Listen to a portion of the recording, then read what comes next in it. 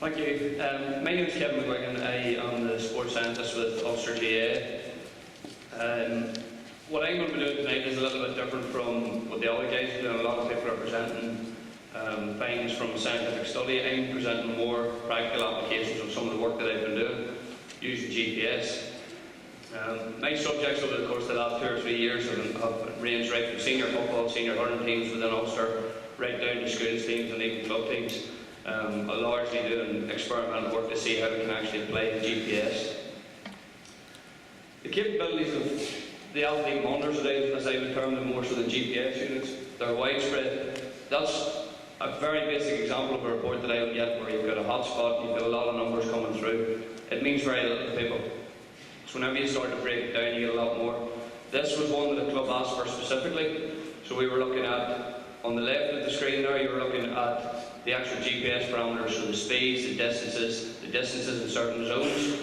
On the top right, you've got the video of the game going on, and on the bottom, you've also got the overhead view of the player positions. So what they wanted to look at was player positions relative to each other and how they were developing attacking play. It wasn't all necessarily available through the video, so they got the GPS on as well, and it actually worked very well.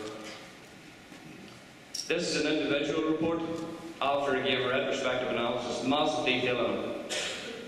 Not really used, but it has got massive implications. Down the line, if things can develop with GPS, there are massive implications for that type of report and that depth of analysis.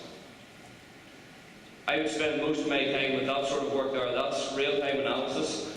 It's sitting on the side of the pitch, in the dugout, up in the press box. We're looking at how the numbers are faring up as the game is progressing. So what I was looking at there, I'd be looking at maybe the distance covered initially. One of the first times we used this real-time, coaches were looking for distance covered. We realised very quickly there's no point doing that. Players started chasing numbers. Players started looking just to run to get the numbers up. So then we started looking at more specific things in terms of the high intensity efforts, the volume of efforts, the number of recent efforts. The software had the capacity to do that. We started to educate the coaches and they educated the players, and things started to develop. The players knew what they were supposed to be doing within their role. Some of the practical applications, and there's a lot of them. I've actually done a bit of a report which will allow people to have a look at them. The one I would focus on there will be the ongoing player load management. And that's something where if you have a player on GPS on a consistent basis, looking at their training, looking at their matches, you can start to control their loads so that they're not going into overtraining zone. They're starting to look at where the cut-off point is. You give a player a certain allocation per week, this is how much they have to do, and once they've accumulated that, then it's a case of going into rest. That can also feed into the one below that, which is the injury prevention.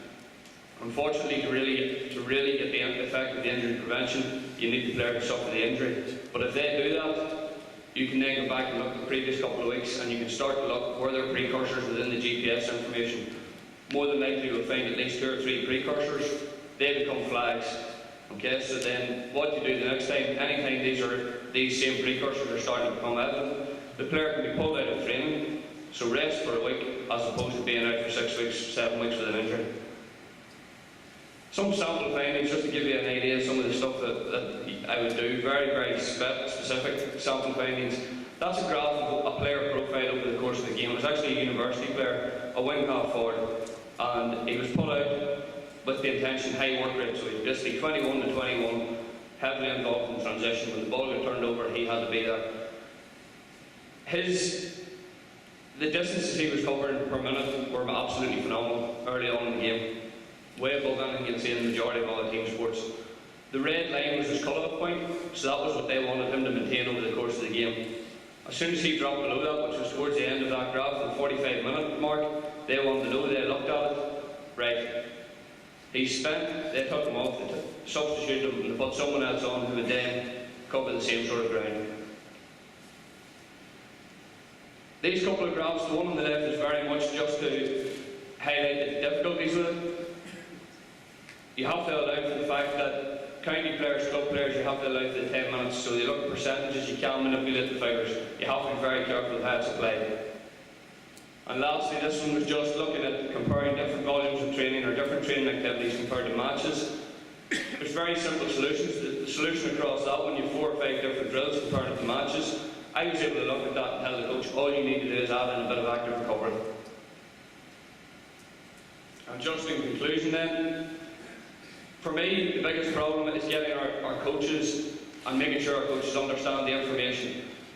The analogy I would use is to equate it with driving. When you're driving in the town, accelerating, braking, turning corners, you're using more fuel, you're also putting more wear and tear in the car. The same thing applies to the body, and that's why we look at GPS more than just for distance cover. Thank you very much.